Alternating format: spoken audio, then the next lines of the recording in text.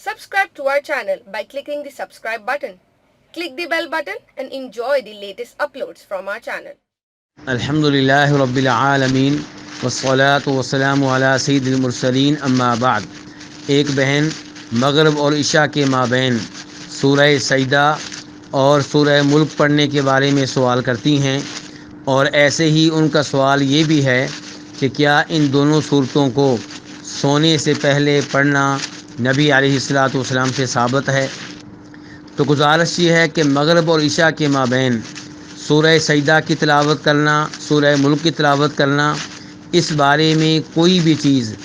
نبی صلی اللہ علیہ وسلم سے صحیح سند کے ساتھ ثابت نہیں ہے۔ مغرب اور عشاء کے مابین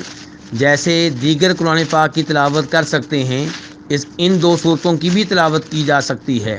لیکن خصوصی طور پہ مغرب اور عشاء کے مابین ان کی تلاوت کرنا یہ سوچ کر کہ نبی علیہ الصلاۃ والسلام کی سنت ہے، یا آپ کی حدیث سے ثابت ہے، یا شریعت نے اس کی ترغیب دی ہے، یا ان اوقات میں ان کو پڑھیں گے تو ان کا خصوصی طور پہ اجر و ثواب ملے گا، یا خصوصی طور پہ فائدہ ہوگا، تو ایسی کوئی چیز نبی صلی اللہ علیہ وسلم سے صحیح سند سے ثابت نہیں ہے۔ البتہ یہ بات درست ہے کہ نبی صلی اللہ علیہ وسلم یہ دونوں صورتیں سونے سے پہلے پڑھا کرتے تھے۔ امام ترمذی جناب جابر رضی اللہ تعالیٰ عنہ سے روایت کرتے ہیں کہ نبی صلی اللہ علیہ وسلم سورہ سجدہ اور سورہ ملک کی تلاوت کے بغیر سویا نہیں کرتے تھے،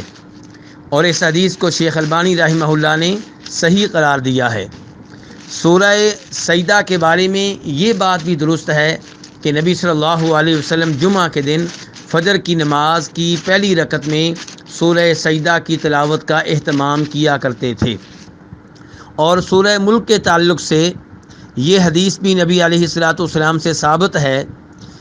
کہ جناب ابو ہریرہ کہتے ہیں کہ آپ صلی اللہ علیہ وسلم نے ارشاد فرمایا، قرآن کی ایک سورت نے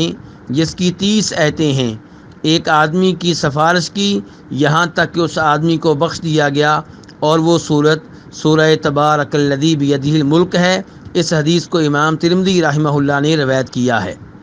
اللہ رب العزت سے دعا ہے کہ ہمیں پورے قرآن پاک کی تلاوت کی توفیق بخشے، اور خصوصاً سورہ سجدہ اور سورہ ملک کی سونے سے پہلے تلاوت کرنے کی توفیق عنایت فرمائے۔ وصلی اللہ تعالی علی نبیہ محمد وآلہ وصحبہ اجمعین۔